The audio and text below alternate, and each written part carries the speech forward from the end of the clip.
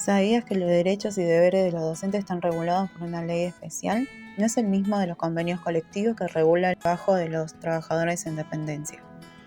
Se llama Estatuto Docente y marca cómo se ingresa, se asciende, se capacita, se trabaja en la docencia, pero ¿de dónde viene esta norma? ¿Y qué dice en sus primeros artículos? Pero antes debemos de hablar de su historia, de su construcción, porque esta ley no surge de un día para el otro, sino que es fruto de luchas colectivas. Los derechos se conquistan en la calle y este es un claro ejemplo. Este es uno de los precedentes poco conocidos. El gobierno peronista intentó impulsar el primer estatuto e incluirlo en el segundo plan quinquenal. Luego del golpe de 55, esto dejó de ser mencionado. En 1956, el gobierno de facto sancionó el decreto 16.767, que establecía un estatuto para el personal docente del Ministerio de Educación y Justicia. Luego, en 1958, la Ley 14.473 es conocida como el Estatuto Nacional Docente. En 1976, nuevamente una dictadura militar, el Estatuto Docente fue suprimido, sus derechos laborales fueron derogados. En 1983, con el retorno de la democracia, el Estatuto Docente fue restituido.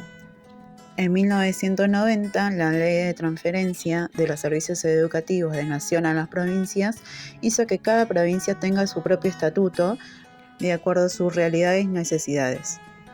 Entonces conocemos el Estatuto Docente de la provincia de Buenos Aires. Ahora, ¿sabemos de qué habla? Sé de su existencia, nunca lo leí.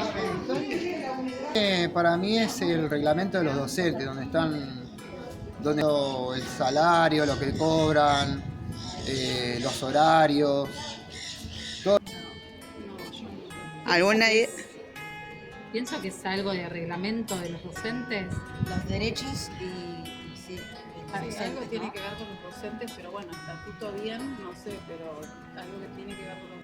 Ahora que entendimos cómo se construyó este marco legal tan importante, hablemos de qué es el Estatuto Docente. Es básicamente la ley que organiza nuestra profesión en la provincia de Buenos Aires. Pensar a tomar un cargo el año que viene. ¿Será que voy a tener los mismos derechos que una persona titular con respecto al estatuto? Sí, me parece que sí, porque cuando yo tomé el cargo de suplencia para sexto, tenía los mismos derechos. En esto de nos fijaban el sueldo, el horario. De hecho, estaba a cargo del sexto y yo era a cargo del sexto, no solamente de mi sexto, sino de todos los niños que me tocaban de ese lado. Pero, por ejemplo, no me podía tomar licencia. Viste que estuve unos días con la voz tomada. Sí. No voy a poder tomarme licencia. A mí el día anterior que me dijeron que vaya a la mañana del día siguiente a hacer posesión del cargo y nada, me agarró imprevisto, así que sabía que tenía que ir pulquita, con material también preparado para los nenes y me tenía que presentar ante los directivos, la secretaria, para saber, porque como era mi primera vez, ellos me iban a guiar. Y encima uno de los días fue el día de las elecciones, ¿te acordás? Que fue una votación, creo que en septiembre, sí, las legislativas. Y yo, para sacarle el charla a los nenes, les había dicho que había pasado ayer y contaron que fueron con sus padres algunos a votar. Y salió solo el tema de Milei, Axel y nada, estuvo bueno, aunque me hubiese gustado profundizar, los escuché y nada.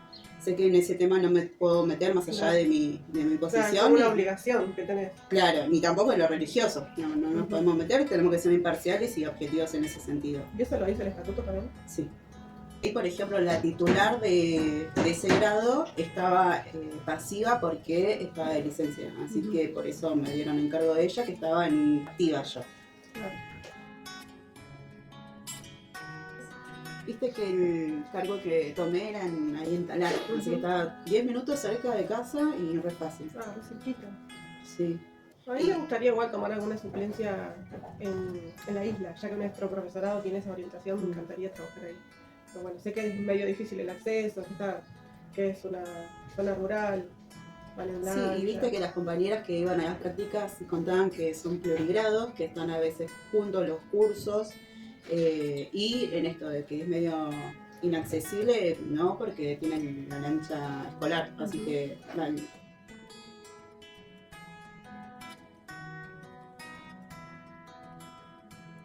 A los cargos se acceden a través de concursos para garantizar la transparencia de los mismos.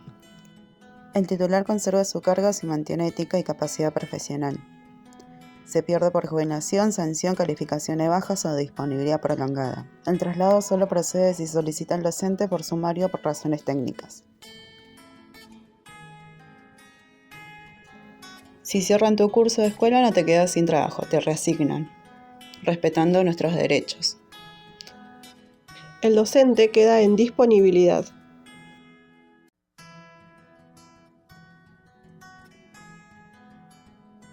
Este capítulo trata sobre el salario docente. ¿Cómo se paga? ¿De qué está compuesto?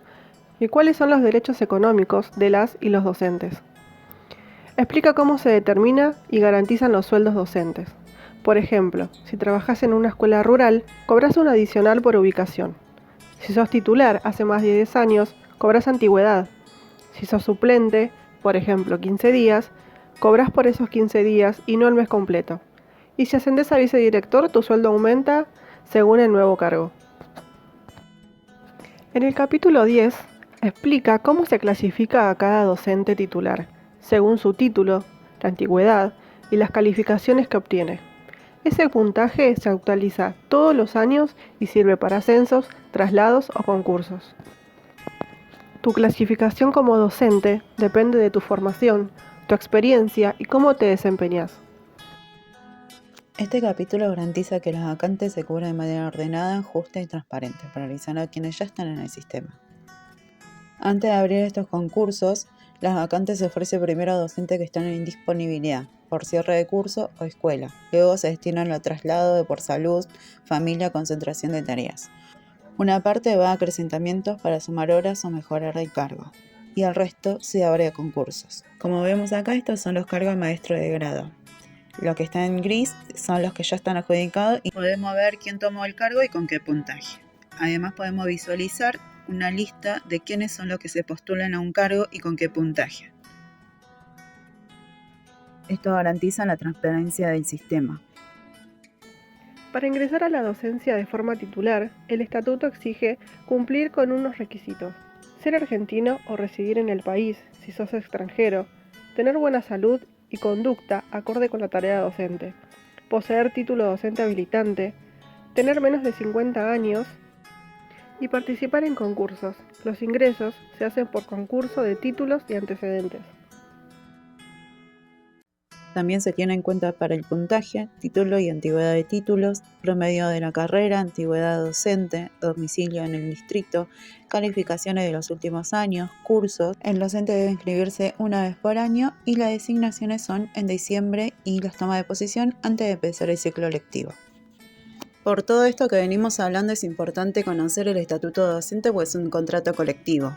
Dice qué derechos tenemos, qué obligaciones, cómo se ingresa a trabajar, cómo se asciende y qué garantías tenemos como trabajadores de la educación.